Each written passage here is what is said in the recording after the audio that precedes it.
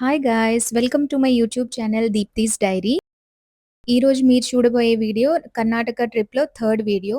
ఇందులో శృంగేరి శారదా పీఠం, అలాగే కొల్లూరు మూకాంబికాదేవి, అలాగే గోకర్ణ ఈ 3 ప్లేసెస్ మీరు ఈ వీడియోలో చూడబోతున్నారు. మనందరికీ తెలుసు శృంగేరి శారదా పీఠం జగద్గురు శ్రీ ఆది శంకరాచార్యులు స్థాపించినటువంటి పీఠం అన్నమాట. మనకి మొత్తం మన భారతదేశంలో 4 వైపులా 4 పీఠాలున్నాయి.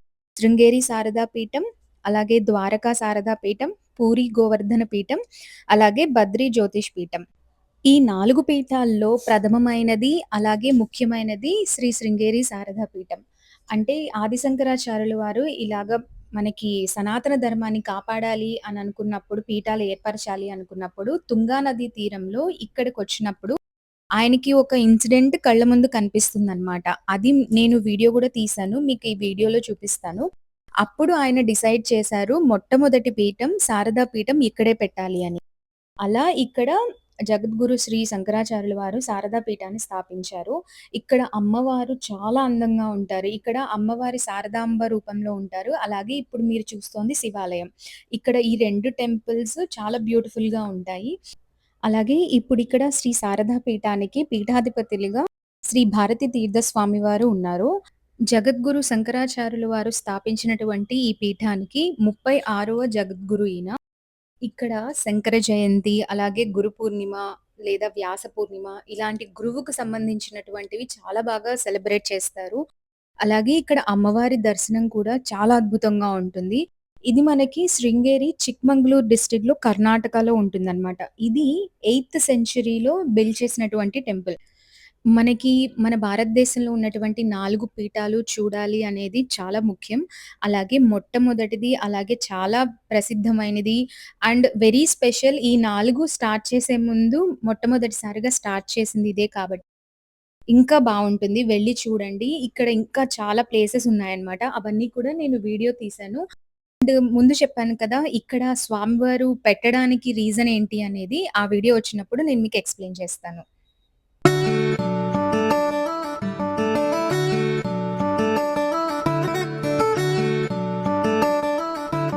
ఇప్పుడు మనం చూస్తున్న ప్లేస్ ఏంటి అంటే, మన టెంపుల్‌కి మనం లెఫ్ట్ సైడ్ వస్తే ఇక్కడ నది ఉంటుంది కదా! తుంగా నది.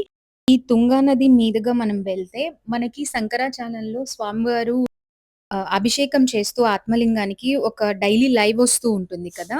సో, ఆ ప్లేస్‌కి మనం ఇప్పుడు వెళ్ళబోతున్నామనమాట. ఇక్కడి నుంచి అక్కడికి ఈ నది మీద మనకి బ్రిడ్జ్ ఉంటుంది. ఇలా నడుచుకుంటూ వెళ్తే ఒక 10 మినిట్స్ వాకబుల్ డిస్టెన్స్‌లో మనకా గురుపీఠం అనేది కనిపిస్తుంది.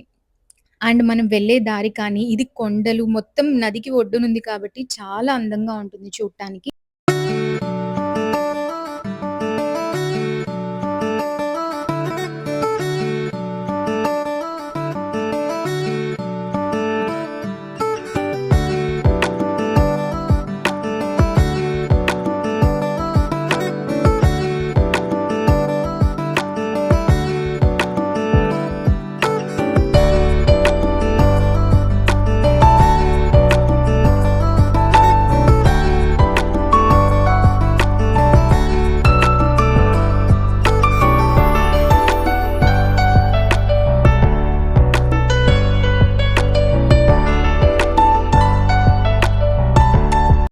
ఇక్కడ మీకు కనిపిస్తున్నదే గురునివాస్.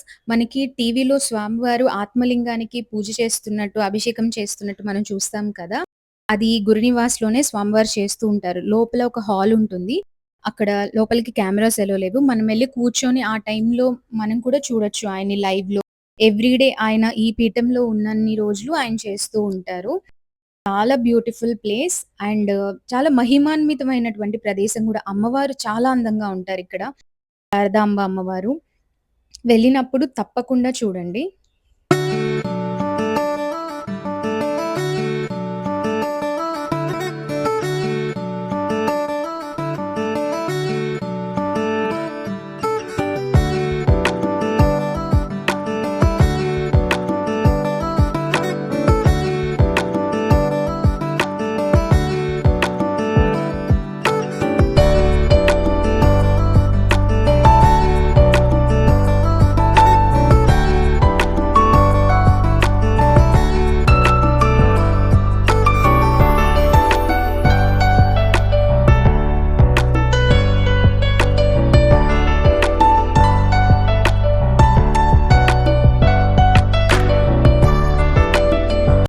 అక్కడ గురునివాస్‌లో స్వామివారి దర్శనం అయిన తర్వాత మనం కిందకి దిగితే మనం ఈ తుంగభద్ర నది ఒడ్డు దగ్గరకొస్తామనమాట.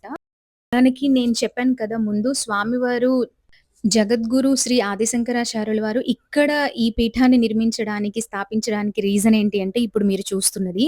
ఆయన ఇలా నడుసి ఎక్కడ పీఠం పెట్టాలి అని అనుకున్నప్పుడు ఆయన ఈ ప్రదేశంలో ఏం గమనిచ్చారంటే, ఒక గర్భవతి అయిన కప్పకి ఒక పాము పడగ ఇచ్చి కాపాడుతూ ఉంటుందన్నమాట. జనరల్‌గా పాముకి, కప్పకి వైరం. ఆ 2 ఎప్పుడు కొట్టుకుంటూ అలాంటిది కప్పకి పాము సహాయం చేస్తూ ఉండడం చూసి ఆయన ఇంతకన్నా మంచి ప్రదేశం పీఠం పెట్టడానికి లేదు. అంటే శత్రువులు కూడా ప్రకృతికి విరుద్ధంగా వాళ్ళు స్నేహంగా ఉండడం అనేది చాలా మంచిగా అనిపించిందాయనకి. అందువల్ల ఆయన శారదా పీఠాన్ని ఈ ప్రదేశంలో పెట్టారు.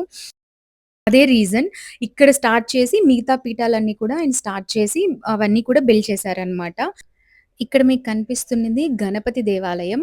ఇక్కడ మనకి టెంపుల్‌కి బ్యాక్ సైడ్ ఈ 2 చిన్న దేవాలయాలుంటాయన్నమాట. మనకి ఈ 2 కూడా మనకి ఇక్కడ స్వామివారు మనకెలా ఉంటారంటే లోపల విగ్రహంలా కనిపించదు. ఆయనకి ఫ్రేమ్ ఏదైతే ఉంటుందో మనకి దానిలోంచి మనం ఆయన చూడాలి. అదే ఇక్కడ స్పెషాలిటీ అన్నమాట గణపతి దేవాలయంలో.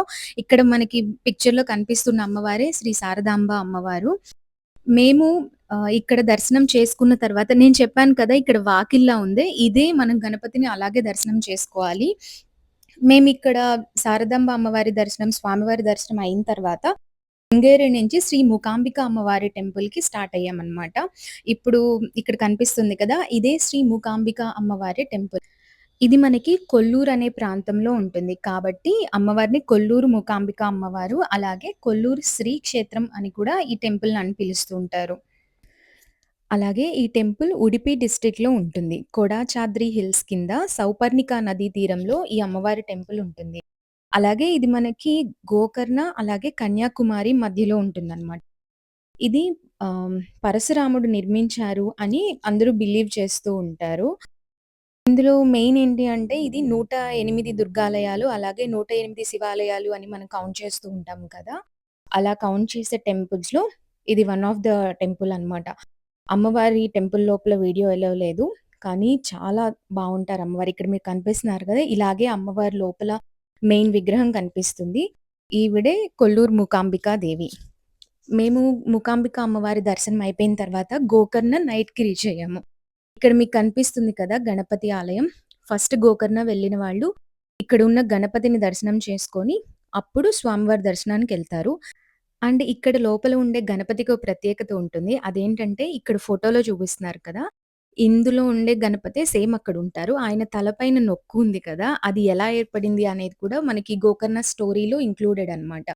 మనకి గోకర్ణంలో ఆత్మలింగం ఎలా ఏర్పడింది? అదెక్కడికి ఎలా వచ్చింది? అనే స్టోరీ మనందరికీ తెలుసు. రావణాసురుడు ఆత్మలింగాన్ని తీసుకొని బయలుదేరినప్పుడు దేవతలందరూ గణపతి దగ్గరికెళ్ళి ప్రార్థిస్తారు. ఆయన దగ్గరికి ఆత్మలింగం ఉంటే అందరికీ ఇబ్బందిగా ఉంటుంది లోకాలన్నిటికి అని. అప్పుడు గణపతి పసిబాలుడు వేషంలో రావణాసురుడు వెళ్తున్న మార్గంలో ఆయన కూడా వెళ్తాడనమాట. అప్పుడేం చేస్తారంటే విష్ణువు చక్రాయుధంని సూర్యుడికి అడ్డంగా పెట్టి వాళ్ళకి సంధ్యాసమనం అయినట్టు భ్రమ కల్పిస్తారు. ఎవరికి? రావణాసురుడికి. అప్పుడు రావణాసురుడు సంధ్యా స్నానం చేయాలి కాబట్టి ఆయనకెవరైనా ఆత్మలింగాన్ని కింద పెడితే ఏమవుతుందంటే అది అక్కడే స్థాపితం అయిపోతుంది. సో, ఆయనకెవరిదైనా హెల్ప్ కావాలి. అప్పుడు గణపతి అటు వెళ్ళడం చూసి గణపతిని పిలిచి, గణపతి చేతికిచ్చి దాన్ని కింద పెట్టకుండా అలాగే హోల్డ్ చేయమని చెప్తాడు. సో, అప్పుడు ఆయన సంధ్యా స్నానానికి వెళ్ళిన వెంటనే గణపతి ఏం చేస్తారు, ఈ గోకర్ణ ఇప్పుడేదైతే ఆత్మలింగం ఉందో ఈ ప్రదేశంలో దాన్ని అలా నేల మీద పెట్టేస్తాడు. పెట్టేయడం వల్ల ఆయన వచ్చినప్పుడు ఇక్కడ ఆత్మలింగం ఇక్కడ కింద ఉండిపోతుంది, స్థాపితం అవుతుంది. ఆయన ఏం చేస్తారు కోపంతో గణపతి తలపైన మొట్టికాయ వేస్తారు. ఇందాక మీరు ఫస్ట్‌లో గణపతిని చూసారు కదా! తల మీద నొక్కు. అదే అన్నమాట. సో, అందువల్ల ఆయనకి ఆ నొక్కు ఏర్పడింది. ఎవరైనా పొద్దున్నే తెల్లవారుజామున టెంపుల్‌కెళ్తే అక్కడ మీరు ఆ స్వామివారి నొక్కును కూడా మనం పట్టుకొని చూడొచ్చు అభిషేకం టైంలో.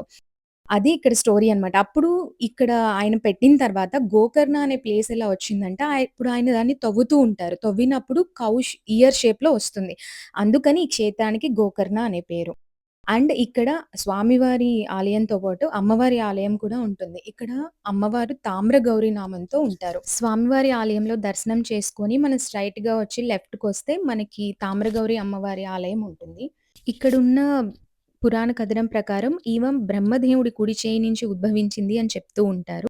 తపస్సు చేసి రుద్రుని వివాహం చేసుకుంది అని చెప్తారు. ఇక్కడ స్వామివారు ఆలయంతో పాటు అమ్మవారి ఆలయం గూడా చాలా అద్భుతంగా ఉంటుంది. అండ్ అమ్మవారు చాలా అందంగా ఉంటారు. ఇక్కడ లోపల ఇక్కడ కనిపిస్తుంది కదా! ఇదే అమ్మవారిది చిన్న టెంపుల్ ఉంటుంది. మనం లోపలికెళ్ళి దర్శనం చేసుకోవచ్చు. ఇక్కడ వీడియోస్ తీసుకోవచ్చు అమ్మవారి టెంపుల్‌లో. స్వామివారి టెంపుల్‌లో ఎలో లేదు. సో, నేను ఇక్కడ అమ్మవారు ఎలా ఉంటారు అని చూపించడానికి ఒక చిన్న వీడియో తీశాను.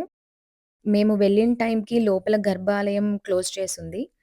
అమ్మవారు చాలా అందంగా ఉంటారిక్కడ. తామ్రగౌరి అమ్మవారు. అండ్ ఇక్కడ టెంపుల్ గోకర్ణ అనేది చాలా బ్యూటిఫుల్‌గా ఉంటుంది. కరెక్ట్‌గా బీచ్‌కి అపోజిట్‌లోనే ఉంటుంది. బీచ్‌కి అలాగే మన టెంపుల్‌కి జస్ట్ వాకబుల్ డిస్టెన్స్ అనమాట. 5 మినిట్స్ వాకబుల్ డిస్టెన్స్‌లో మనకి బీచ్ కూడా ఉంటుంది.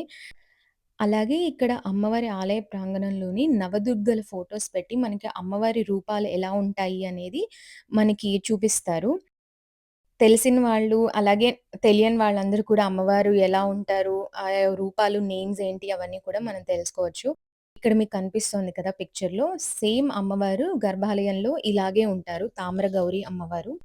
మేము అమ్మవారి దర్శనం, అలాగే స్వామివారి దర్శనం అయిపోయిన తర్వాత ఆ ఎదురుగా బీచ్ ఉంటుందని చెప్పాను కదా! జస్ట్ వాకబుల్ గట్టిగా స్పీడ్‌గా నడిస్తే 2, 3 మినిట్స్‌లో కూడా మనం రీచ్ అవ్వచ్చు. చాలా దగ్గరగా ఉంటుంది బీచ్. అండ్ మేము కూడా బీచ్‌కెళ్ళి కాసేపు అలాగా టైమ్ స్పెండ్ చేసి, దెన్ మేము అక్కడి నుంచి ఇడిగంజి గణపతి దేవాలయానికి వెళ్ళామనమాట. సో, ఈ బీచ్ అనేది చాలా బ్యూటిఫుల్‌గా ఉంది. మేము ఎక్కువ సేపు ఉండలేదక్కడ. But yeah! We enjoyed little time there. మేము గోకర్ణలో దర్శనము అదంతా అయిన తర్వాత మేము ఇడిగించి గణపతి దేవాలయానికి బయలుదేరాం కదా! సో, వెళ్ళే దారిలో మనకు చాలా బ్యూటిఫుల్ లొకేషన్స్ ఉంటాయి. యాక్చువల్‌గా ఈ కర్ణాటక ట్రిప్‌లో రోడ్ ట్రావెలింగ్ అనేది బ్యూటిఫుల్ ఎక్స్‌పీరియన్స్.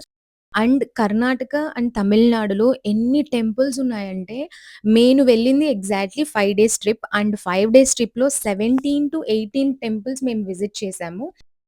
అన్ని బ్యూటిఫుల్ టెంపుల్స్ అండ్ ఒక్కొక్క టెంపుల్‌కి చాలా గొప్ప చరిత్ర ఉన్న మహిమాన్వితమైన టెంపుల్స్. అండ్ ఐ హోప్ నాకు టెంపుల్స్ చూడడం చాలా ఇష్టం. సో, మాక్సిమం వీలైనన్ని త్వరగా అండ్ ఎక్కువగా చూడాలనేది నా కోరిక. సో, మేము ఇక్కడ ఇడగంజి గణపతి దేవాలయానికొచ్చాము. ఇది మనకి మురుదేశ్వర టెంపుల్ ఉంటుంది కదా! పెద్ద గోపురం ఉంటుంది. ఆ టెంపుల్‌కి నియరెస్ట్ అన్నమాట. దగ్గరలో ఆన్ ది వేలో మనకుంటుంది. ఇక్కడ టెంపుల్ లోపలికి మనకి వీడియోస్ అవి ఎలో లేవు. చాలా చిన్న టెంపుల్. చాలా మహిమాన్వితమైన టెంపుల్ అన్నమాట. అక్కడ ఇంత ఫేమస్ అని మనం అక్కడికెళ్ళి వాళ్ళు మనకి చెప్పినప్పుడే తెలుస్తుంది. ఇది ఆల్‌మోస్ట్ 1500 సంవత్సరాల క్రితం ఉన్నటువంటి టెంపుల్ అన్నమాట. అప్పటినుంచి ఈ టెంపుల్ ఇక్కడే ఉంది. చూడ్డానికి ఇలాగ సింపుల్‌గా ఉంటుంది కానీ, లోపల గణపతి ఎంత బావుంటారో. ఎవరైనా కర్ణాటక టెంపుల్స్ విజిట్ చేస్తూ ఉన్నప్పుడు ఇది నియరెస్ట్ మురుదేశ్వర్‌కుంటుంది. తప్పకుండా విజిట్ చేయండి. అండ్ మేము అక్కడ గణపతి దేవాలయం చూసిన తర్వాత మురుదేశ్వర్ రీచ్ అయ్యాము. ఇప్పుడు యాక్చువల్‌గా ఏమవుతోందంటే టూ మెనీ టెంపుల్స్ మేము చూడడం వల్ల ఒకటే వీడియోలో అన్ని టెంపుల్స్‌ని నేను ఇంక్లూడ్ చేయలేకపోతున్నాను. సో, ఈ మురుదేశ్వర్ టెంపుల్ అలాగే దీంతో పాటు ఇంకా 2, 3 టెంపుల్స్. ఆ టెంపుల్స్ గురించి మనం నా నెక్స్ట్ వీడియోలో చూద్దాం. ఈ మురుదేశ్వర్ టెంపుల్ కూడా చాలా బ్యూటిఫుల్‌గా ఉంటుందండి. ఈ రాజగోపురం ఏదైతే ఉందో, ఇది పైకి కూడా మనం ఎక్కవచ్చు. టికెట్ తీసుకొని అక్కడి నుంచి వ్యూస్ అయితే అమేజింగ్ ఉంటుంది. మనం నెక్స్ట్ వీడియోలో ఈ టెంపుల్ యొక్క స్టోరీ ఇవన్నీ కూడా తెలుసుకుందాము. Thank you so much guys for watching my channel. See you soon in the next vlog. Next వ్లాగ్‌లో ఇంకొన్ని టెంపుల్స్‌తో మళ్ళీ కలుస్తాను.